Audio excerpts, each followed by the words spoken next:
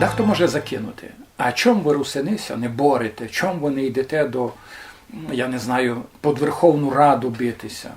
Я не знаю, чому ви не палите петарди, чому не мичите гранати, да? Бо то є мода низька в Україні. Щось не по-твому. Ти вийшов і мичиш гранати, там далі буде суд, а от уб'ють при тому чоловіка якогось, ми бачили то, так?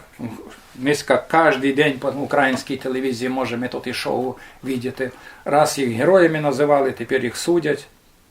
Я би так відповів на ваш вопрос. До кінця колись мене покликали, досить рідко таке буває, коли мене покликали на телевізію ЗІК, Київська телевізія чи Українська телевізія, на історичну правду. Є то та програма є на інтернеті, тобто десь її можна на Ютубі знайти. І щоб ніхто не сказав, що я збрехав. І той самий ведучий Кипіані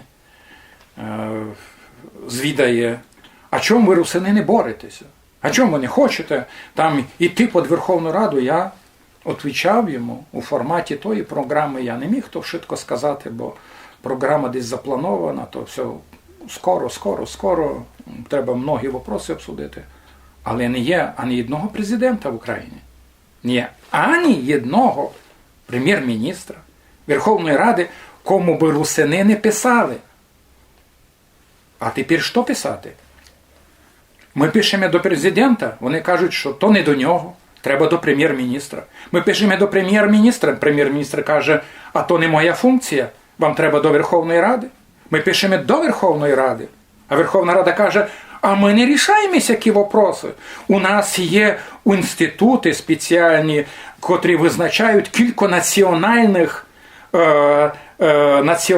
груп, представлені в Україні. Треба із ними рішати. Ми обертаємося до тих інституцій, щоб русини були визнаті як національна деяка група. А нам кажуть, ми не маємо повноваження, вам треба йти рішати назад до президента. З нас хотіли вчинити ту вивірку, так? А от, як кажуть українці, білочку, яка буде скакати у колесо від цілої своє життя і буде думати, що то головна ідея бігти десь по колесі. А то колесо і так все буде стояти на одному місці. От 91-го року, коли українська держава сама, не русини, не сепаратисти, не було ніякого впливу, або там, щоб дехто тиснув із Європи, Україна із доброї своєї волі вирішила провести плебісцит на Подкарпаттю. Ми пам'ятаємо рішення того плебісциту? 78% русинів і людей других національностей, вони пристали на те, що ми на своїй землі хочемо бути газдами. Ми хочемо мати автономію. Пак прийшов один український політик, який пак став першим президентом, сказав, ну так добре, але давайте не будемо автономію називати автономію, називаємо її самоврядування. А пак ми дамо вам самоврядування. А пак сказали, ну так ми вже відмінили ленінські суботники 22 апреля. Ми тепер назвали цей день Днем самоврядування. Кіть ви хочете дашто?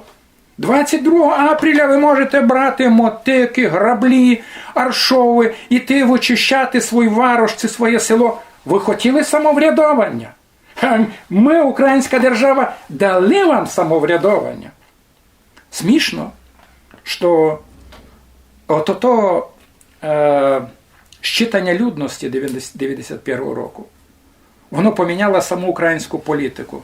Досить смішно, коли ти позираєш на факти української політики. І ти видиш, як українська держава і Конституцію переписувала проти русинів. Ну, мали просто деякі елементарні факти. Ми знаємо, що в 91-му році екзистувала в Україні Конституція, написана ще в 1978 році, а в 1991 році були малі зміни. Досить маленькі зміни. І от там я обернув увагу на статтю номер число 2.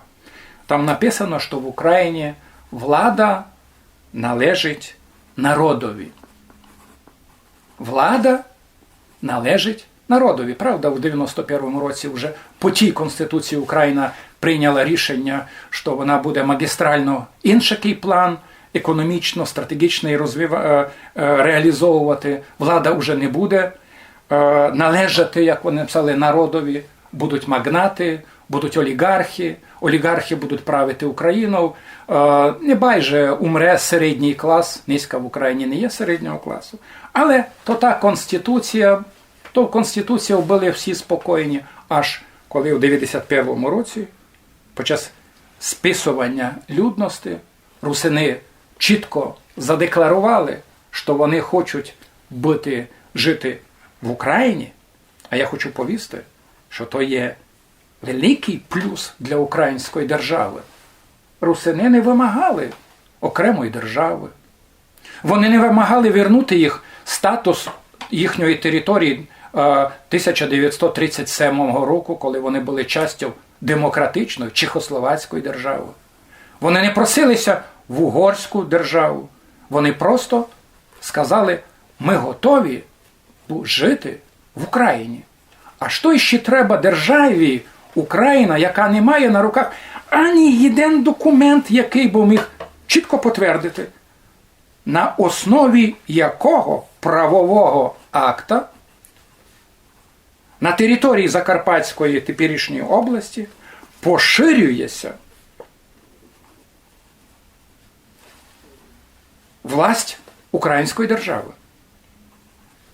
Ми добре знаємо історію.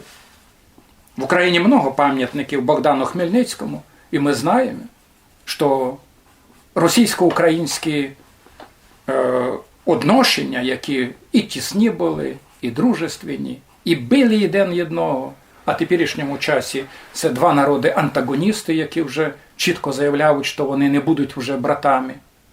Але на основі якихось документів вони чинили общу державу. Вони були в єдній державі. Богдан Хмельницький, Переяславська рада. Чорним по білому написано в законі, що ми, українці, будемо чинити общу державу з нашими російськими братами. Я пам'ятаю, що в Ужгороді був такий парк, який так і називався, парк Тристоліття, там дружби українського і російського народів і Переяславської ради. То значить, були такі документи, які регламентували російські або відношення, стяги по-русинськи російсько-українського народів. І тут у 91-му році, позад 40 років тоталітарної системи, коли ми прекрасно знаємо, що Подкарпаття було просто-напросто анексованою, без хоч яких документів екзистувало в складі Совєтського Союзу. Місне населення під час перепису, під час фактичного плебісцита заявляє, що ми, 78% нас є, ми готові жити в українській державі. Але ми хочемо щось мати свого на своїй землі, продовжувати традиції наших дідів, наших відців. Але у той самий час Україна запустила програму асиміляції русинів. І от що інтересно, що коли русини 5 років з 91-го року ходили по всіх кабінетах, де вони казали, на основі референдуму просимо реалізувати наше право русинів, їм казали, що не мож, аж наконець поміняли Конституцію. Конституцію української держави. Що інтересно, що була зроблена косметична правка. Пострадала якраз та друга стаття, де було написано, що влада належить народові. От тепер влада в Україні не належить народові, а на місці другої статті Конституції було написано, що Україна є унітарною державою. І коли русини іще раз прийшли до Києва із своїми вимогами, хочемо визнання нашого народу, хочемо визнання, їм казали, а ми вже не можемо нічого рішити. А чому? Та бо ми маємо нову Конституцію, а в тій Конституції написано, що Україна є унітарна держава. І хоч русини много разів говорили українцям, а як же Україна може бути унітарною, коли ті самі депутати Верховної Ради записали, що в Україні є автономна Республіка Крим, а то значить, що там може бути іще 10 автономій, це 5 автономій, може бути Галицька автономія, може бути автономія, я не знаю, Харківська автономія, Слобожанська автономія, може бути іще якась автономія, у тому числі русинська автономія. Але Яклем а то було 28.06.1996 року була прийнята Конституція, от уже через півроку був прийнятий план заходів щодо вирішення проблеми русинів-українців. І той план уже 30, скоріше 25 років в Україні діє. Я у складі делегації їздив і зустрічався з українськими політиками, у тому числі з українськими політиками, які представляли інтереси України, приміром, у Америці, у США. І я звідав їх. І не лим я, многі русинські активісти звідали: будьте добрі, дайте нам знати, це план заходів щодо вирішення проблеми русинів-українців іще є? Він екзистує? Якщо ні, напишіть чорним по білому. Ми не дискримінуємо русинів. Але це продовжується до теперішнього часу. Ми мусимо констатувати, асиміляція русинів є генеральна лінія у вирішенні національної проблеми карпатських русинів. І тут би я поставив точку. М'яч на боці української держави. Най вони думають, це є в Україні русинський народ.